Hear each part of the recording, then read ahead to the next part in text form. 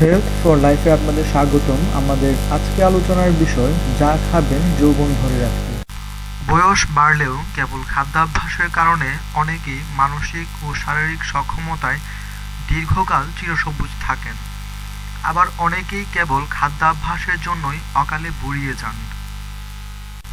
জীবনের ত্রিকাল দর্শন শেষে যমের অপেক্ষায় দিন গুনতে থাকা কোনো ব্যক্তিকে যদি প্রশ্ন করা হয়, আপনার শেষ ইচ্ছে বা আকাঙ্ক্ষা কী, তিনি নির্দ্বিধায় বলে উঠবেন, হায়, যদি যৌবন ধরে রাখতে পারতাম, যদি যৌবন ফিরে আসতো।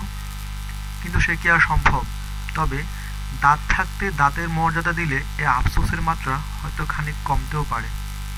আজ জেনে নিন, আমাদের হাতের নাগালেই আছে এমন সব খাবার যা খেলে আপনি থাকবেন তরতাজা, সতেজ।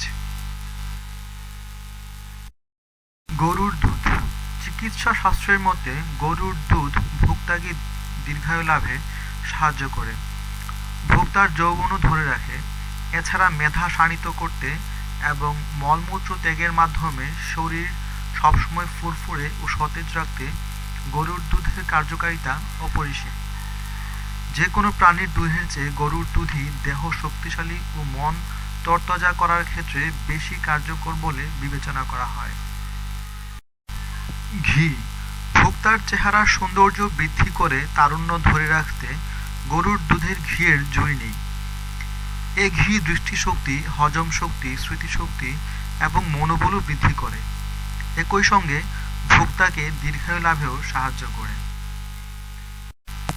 লাল চাল। প্রাকৃতিকভাবে লাল চাল মিষ্টি, তৈলাক্ত ও শক্ত হয়ে থাকে। এ চাল খেলে শারীরিক সক্ষমতা ও সৌন্দর্য এবং বীর্যের মান বৃদ্ধি পায়, স্বর সুন্দর হয়। এছাড়া লাল চাল জিহ্বার রুচি ও হজম শক্তি বাড়ায়। লাউ। চিকিৎসা শাস্ত্রে বলা আছে, লাউ প্রাকৃতিকভাবে যৌন ইচ্ছা বৃদ্ধি করে, একই সঙ্গে খাবারের রুচি ও স্বাদ বাড়ায়। ত্বকের উজ্জ্বলতা বৃদ্ধিতেও লাউয়ের ভূমিকা অসাধারণ। ফলমূল। ফলমূলে প্রচুর পরিমাণে ফাইবার, ভিটামিন ও অ্যান্টিঅক্সিডেন্ট থাকে, যা শরীরে পুষ্টি যোগায় ও রোগ প্রতিরোধ ক্ষমতা বাড়ায়। রোগ প্রতিরোধ ক্ষমতা বাড়লে শরীরে স্বাভাবিকভাবেই বয়সের ছাপ পড়বে না। এছাড়া হাঁটাহাঁটি ও কায়িক পরিশ্রম দেহের সুঠাম ভাব ধরে রাখতে সাহায্য করে। এর ফলে শরীরে বার্ধক্যের ছাপ সহজে পড়তে পারে না। খাঁটি মধু। মধুর অনেক উপকারিতা। এটি আপনাকে দেবে নবযৌবন, দেহে যোগাবে শক্তি।